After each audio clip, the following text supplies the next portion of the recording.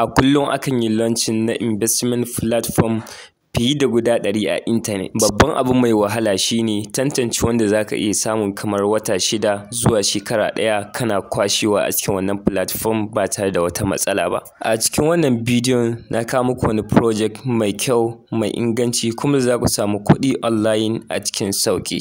Dan dakata, dukkanin investment da kake gani a online ne ko kuma a physical investment to yana ɗauke da risk wato kasada. Da haka ka tsaya kai tunani mai kyau kafin yanke shawarar abin da za ka yi investment a cikin kowanne kalar investment ne. Amma ga kaɗan daga cikin wasu dalilai da ba za ka wuce irin wannan project ba idan har kana so ka yi investment. Na farko, a kowane lokaci kana da dama na ka cire kuɗaɗenka da ka saka a cikin wannan platform saɓanin wasu sauran project waɗanda sai dai kullum ya kasance kana cin riba. Na biyu, simple user experience. A wannan platform baya da wahalan aiki kuma ba kamar sauran platform bane waɗanda kullum sai ka shiga kayi daily activity kamar posting a cikin group kullum da dai sauransu, waɗanda ƙarshe idan ba ka yin wannan ko da long term project ne su za su iya banin ɗinka daga cikin ainihin wannan platform ɗin. Su wannan sam ba haka yake ba. A kullum kawai za ka shiga kai placing na trading and boom, da lokaci yayi za ka iya cire kuɗinka gaba ɗaya ko kuma kai withdrawal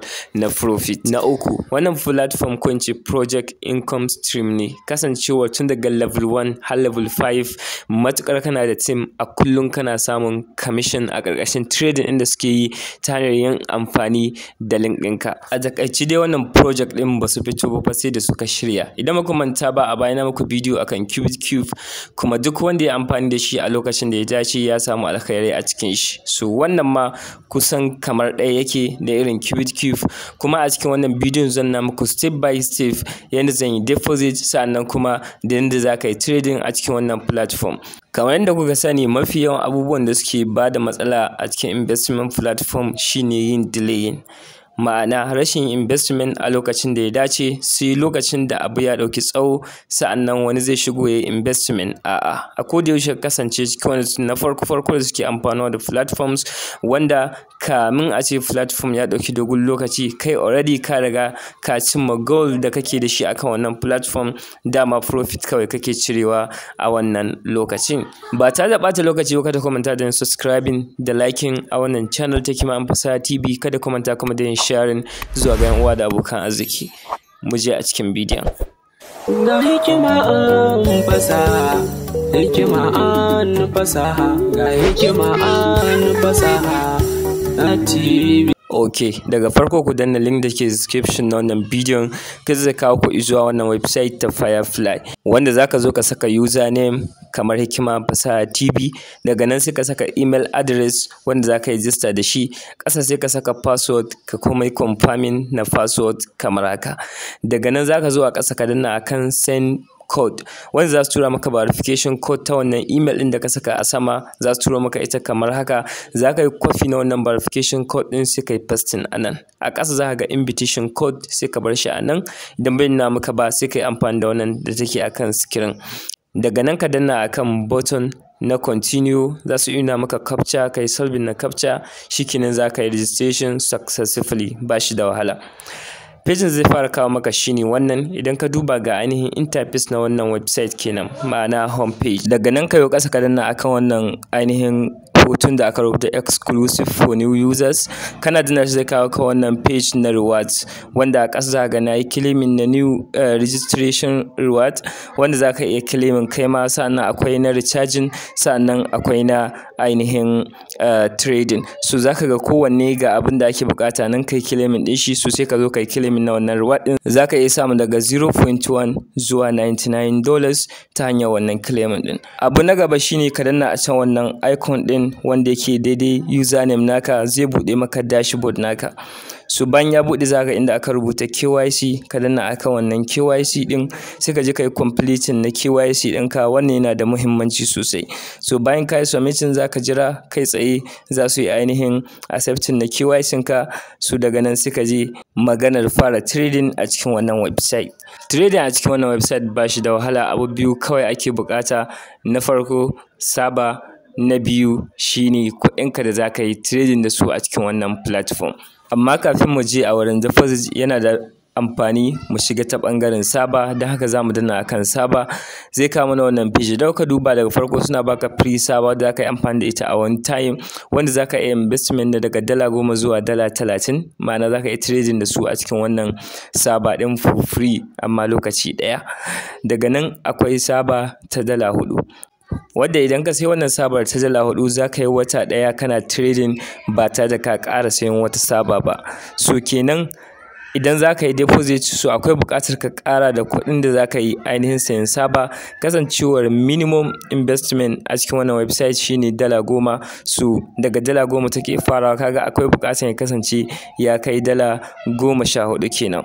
Wanda wannan sabar idan ka sayi ta za ka yi investment, za ka iya trading na daga $30 har zuwa $1000. Kun ga kenan ko miliyan ɗaya kake so ka saka, so ba za ka wuce saba ta $4 ba. So a yanzu abin da za mu yi shine akwai wasu dalolin, akwai ta $40, so duka suna nan. So amma yanzu ba su za mu yi focusing ba, kasancewar da kyar a samu wanda kila cikin mu zai wuce investment na miliyan ɗaya. So da haka za mu koma a home page, mu danna akan deposit, wanda kai zai kama zuwa wannan page. Idan ka duba akwai currency da dama da zaka yi deposit da su, kama daga USDT, US dollar. Abin burgewar shine zaka yi amfani da naira. So misali a yanzu muna so mu deposit na naira, zaka zo ka taba naira kamar haka, kana taba naira sai ka zo ka saka amount din da zaka yi deposit. So in this case zan yi deposit ne na 500 a cikin wannan website. So dan haka zan zo in saka 500 a nan. Za ku ga cewa ga asalin abin da za su bani na dala shine $310. Wai idan muka koma a cikin calculator za ku ga cewa $310 kowanne dala za su ba mu ita ne akan 600 da naira 10, wanda wannan price is okay. Wanda kun ga a cikin trading din za mu yi, idan na saka $300 a kullum zan iya samun 1 to 3% na abin da saka, kinan zan iya samun $9 a cikin wannan website a kowace rana, wanda ko minimum withdrawal $10 ne. So kun ga a duka kwana biyu zan iya withdrawal na kusan $18 kenan a cikin wannan website, wanda kuma idan na ga dama zan iya withdrawal na kuɗaɗe na gaba ɗaya daga website ɗin har riba ta, idan na ga dama bayan trading ɗina na 24 hours ko 12 hours ya kammala. Ya danganta ga daidai sabar da ka saya, tunda wannan sabar da za mu saya kawai tana ba mu dama ne mu zaɓi 12 hours ko kuma 24 hours. So idan ka duba a nan a cikin kwana 30 a trading da zan yi, ga irin abin da zan samu profit akan abin da na saka kenan. So kun ga wannan dama ce za ka yi amfani da ita domin samun kuɗi da wannan project. Wannan fa ba maganar referral, ba ka yi referral na kowa ba kenan. So bayan ka zo ka saka kuɗin da zaka saka, sai ka danna account number button na submit, kai tsaye zai ɗauke ka zuwa page da zaka samu account number da zaka yi deposit kamar haka. Misali bayan ya kammala loading zai kawo ka a nan, sai ka danna akan okay. So suna sanar da kai cewa idan ka yi deposit akwai buƙatar ka dawo ka danna akan button na made the payment. So sai ka zo ka yi copy na account number da za ka yi amfani da shi, gashi nan sun ba mu kamar haka, wanda access ne. So ina yin copy kai tsaye zan koma ta inda zan yi ainihin wannan deposit din, zan yi transfer. So bayan na shiga bank app ɗina zan yi pasting na wannan account number da na kofo kamar haka. Za ku ga sun ta ba mu access, dama ga sun da suka ba mu nan ya bayyana anan. Zan danna account number button in yi confirming, zai kawo ni anan sai in saka amount ɗina dama shine 500 idan muka manta ba, don haka zan zo in saka amount na 500 akan wannan wurin. Bayan na saka amount zan koma a cikin website din akan wurin da aka rubuta note. So zan koma a can kamar haka sai in yi copy na wannan notes din kamar yadda kuke gani. Bayan na yi copy sai in koma ainihin cikin website din, wato app din da nake payment, sai in yi pasting anan da aka ce ka saka note. So ka tabbatar ka saka shi, yana da muhimmanci sosai. Daga nan sai ka danna akan wannan button sai ka kammala payment naka. Bayan ka kammala payment naka yayi successfully kamar haka, idan kuka duba gashi nan na tura yayi successful. So abin da zaka yi shine sai ka koma a cikin website din kai tsaye. Bayan ka koma a cikin website din, abin da zaka yi shine a ƙasa zaka ga button din da aka rubuta I have made the payment. So kai tsaye sai ka danna akan wannan button na I have made the payment.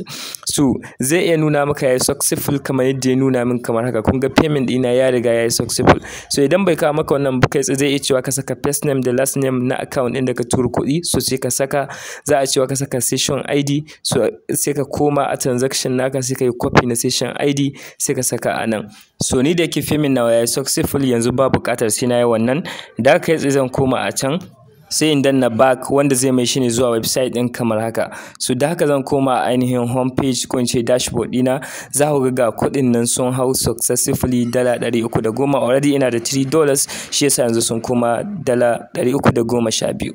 So yanzu zan je domin sayan saba, da haka kai tsaye zan zo in danna akan saba, wannan ta dala 4 zan danna akan button na buy wanda kai tsaye za su ce in confirming, ina yin confirming done, na kammala sayan saba, dama ba wahala yake da shi ba.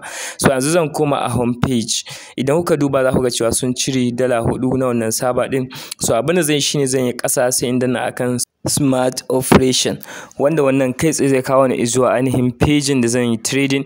So idan kuka duba gashi nan kamar haka, daga farko zaka zaɓi trading target, zan zaɓi cryptocurrency, sai ka zaɓi saba. So da haka zaka danna akan saba sai ka zaɓi wannan saba ɗin da ka saya wanda dama already shi kaɗai kake da shi. So kana taɓa ta zaka ga ta hau a wannan wurin kamar haka. So kai tsaye zaka zo ka saka amount wanda zaka yi trading da shi. In this case zan saka all, wanda zaka zo ka zaɓi time, wato trading period, akwai 12 hours akwai 24 hours, zan zaɓi 24 hours.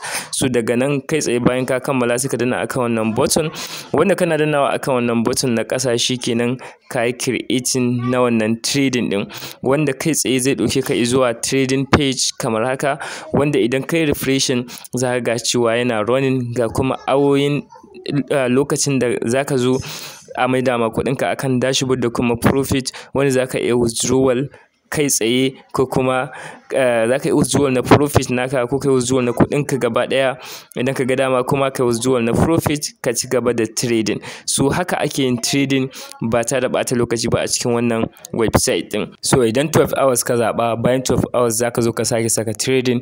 Idan 24 hours ka zaɓa, bayan 24 hours za ka dawo ka sake saka trading. Yanda take yin aiki kenan. So abu na gaba za ka yi shine idan ka koma a home page sai ka sake dannawa akan wannan icon na kusa ga username naka, wanda zai kawo ka page kamar haka. So daga nan zaka zo ka danna akan ainihin wannan button na invite friends, wanda zaka yi inviting na friends naka. Ga link naka nan kana taba shi zaka yi copy din shi, zaka je kai ainihin sharing zuwa ga yan uwa da abokan arziki.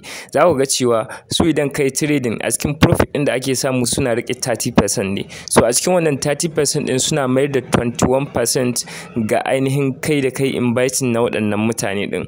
Da haka a level 1 8%, level 2 4%, level 3, level 4, level 5, za ga duka ga percentage ɗin da suke baka nan a ƙarƙashin ainihin trading ɗin da waɗannan suke yi ta hanyar yin amfani da link naka. Don haka ta hanyar gina team za ka iya samu a cikin wannan website ɗin over and over again.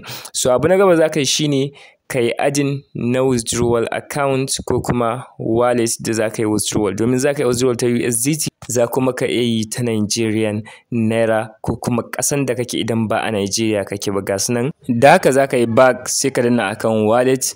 Kana tabawa akan wallet zai bude maka ainihin page kamar haka, wanda zaka gashi nan an ce kai adin. Already ni nayi adin na TRC20 USDT da kuma ainihin bank account. So zaka yi adin na duka biyu, su kasancewa zaka iya yi ta naira, zaka iya yi ta USDT ko kuma currency da ka zaba, ko kuma ka je a can sama ka danna a can akan wancan icon na plus, zai kawo ka zuwa inda za a ce kai adin. So daga nan sai ka zaba, idan USDT zaka zaba sai ka zaba, idan Nigerian naira zaka zaba sai ka zaba, idan kuma wata ƙasa kake sai ka zabe na ƙasan da kake.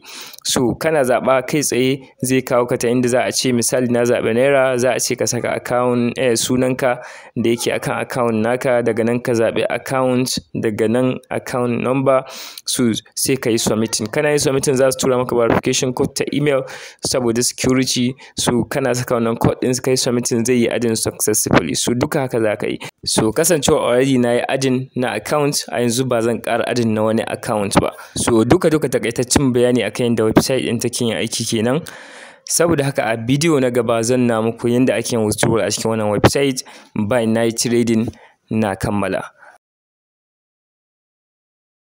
So a yanzu kwana biyu kenan bayan deposit ɗina, already na riga na yi trading guda biyu kamar yadda kuke gani, wanda ya bani 22% wato dala 6 na ainihin investment ɗin da dama daga 1.5 ne zuwa 3% suke bayarwa. So idan kuka duba ga balance ɗina da nake da shi na. So yanzu zan gwada first withdrawal a cikin wannan website, da haka zan zo inda na akan ainihin withdrawal. So ina dannawa akan withdraw button, kai tsaye kawo ni zuwa wannan page ta inda zan zaɓi ainihin abin da zan yi withdrawal USDT ko kuma Nigerian Naira, saboda ina Nigeria. Idan ba Nigeria kake ba za ka iya zaɓen ainihin kuɗin ƙasar ko ka zaɓi USDT. A USDT withdrawal suna jan charges na 8%, idan ka zaɓi kuma currency kamar Nigerian Naira za su ja 10%. So da haka ni zan zaɓi USDT kamar da kuke gani TRC20. Already na yi adin na wallet, ina taɓawa za ku ga ya bayyana anan. Idan ma Naira ka zaɓa, in ka yi adin na wallet na Naira, kai tsaye za ka ga ya bayyana anan. So abin da za ka yi sai ka zo ka saka amount. In this case zan yi withdrawal na profit ɗina ne na kwana biyu, shine $12. Da haka zan saka $12. So ina saka $12 za a ce in saka payment password. So ban yi setting da payment password ba, don haka akwai buƙatar in je in yi wannan setting ɗin. So da haka zaka zo ka yi back, kana yin back ka koma a dashboard, sai ka danna akan wannan icon din zai bude kamar haka. Daga nan sai ka ga alama ta setting a can sama, kana danna ta zai kawo maka wurin change payment password, sai ka danna shi. So daga nan zaka zo ka yi setting na password din da kake so, ga su nan bayan ka yi setting a sama, a ƙasa sai ka yi confirming, misali kamar haka. So bayan ka kammala setting zaka danna akan send verification code ko send code, za su turo maka code ta email ɗinka da ka register. Wannan duka saboda security ne. So bayan su turo maka kamar haka, kai copy ka zo kai pasting, kana yin submitting, zaka ga ya nuna cewa ka yi changing na payment password successfully. So sai ka sake dannawa akan withdraw, ka zaɓi USDT ko Nigerian Naira. Daga nan ka saka amount, sai ka saka payment password ɗinka da ka ƙirƙira a yanzu. So kana sakawa za a ce ka sake dannawa akan send, za a sake tura maka verification code. Wannan na withdrawal ne. A duk lokacin za ka yi withdrawal dole za su tura maka wannan ta yanda ba wanda zai iya withdrawal ta account ɗinka ba tare da ka sani ba, sai dai idan email ɗinka yana akan wayar shi. So za su turo maka verification code a email na kamar haka, sai ka yi copy ka zo ka yi pasting, kana dannawa za su ce maka withdrawal success. So idan kuka duba gashi withdrawal ɗinmu ya shigo, ina ga a cikin mintuna 5. So withdrawal baya ɗaukar dogon lokaci, baya wuce minti 30 ya shigo, wani lokacin minti 5. So idan kuka duba ga su nan sun turo mana $11, sun cire 8% kenan na abin da na yi withdrawal. So kai tsayen da ake withdrawal kenan a cikin ainihin wannan platform na Firefly. So a yanzu capital ɗina zan ci gaba da trading ne, da haka zan je in saka trading in ci gaba da withdrawal na profit a kowace rana. Kada dai ku manta da min subscribing, liking da kuma sharing na wannan bidiyo. Na gode, mu haɗu da ku a bidiyo na gaba.